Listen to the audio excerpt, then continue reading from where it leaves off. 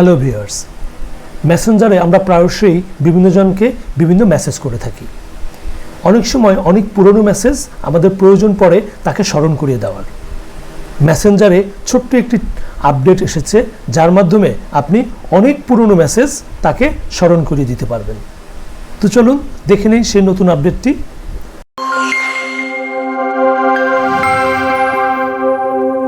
বন্ধুরা, নতুন নতুন ভিডিও পেতে আমাদের ইউটিউব চ্যানেলটি সাবস্ক্রাইব করুন এবং আমাদের ফেসবুক পেজে লাইক ও ফলো করে আমাদের সাথেই থাকুন।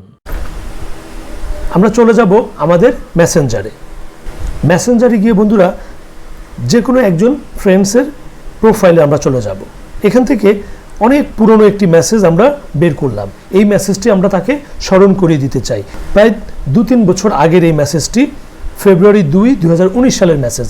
এই মেসেজটি আমি এখন আমার প্রতিপক্ষকে স্মরণ করিয়ে দিব যে এত বছর আগে তোমাকে এই মেসেজটা আমি পাঠিয়েছিলাম, এই মেসেজটি তুমি এখন আবার দেখো। এর জন্য কি করব, আমরা ওই মেসেজটির উপরে চেপে ধরব। চেপে ধরলে বন্ধুরা এখানে এরকম একটি বার আসবে। এই বারের মধ্যে দেখুন একদম নিচে 3 ডটস রয়েছে। আমরা এই 3 ডটসে ক্লিক করব। 3 ডটসে ক্লিক করলে বন্ধুরা এখানে একটি মেনু চলে এসছে। এখানে লেখা আছে দেখুন বাম্প। এই বাম্পে আমরা ক্লিক করব।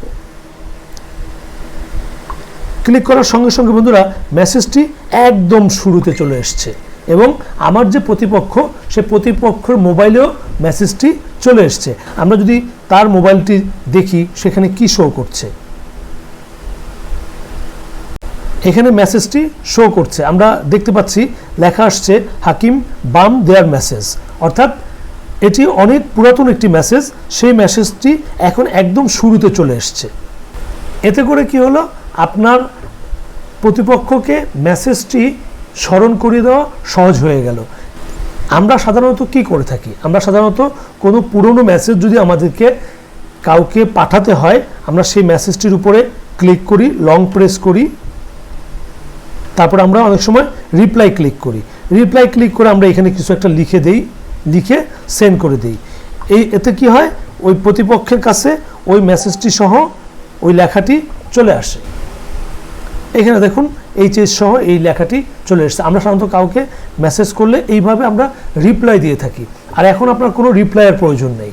আপনি যেই মেসেজটিকে পুনরায় তাকে স্মরণ করে দিতে চান, সেই মেসেজটির উপরে জাস্ট চেপে ধরবেন, এভাবে লং প্রেস করবেন।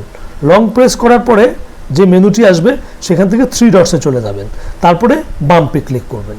ক্লিক করার সঙ্গে সঙ্গে মেসেজটি একদম শুরুতে চলে আসবে এবং আপনার যে প্রতিপক্ষ তার কাছেও মেসেজটি চলে যাবে।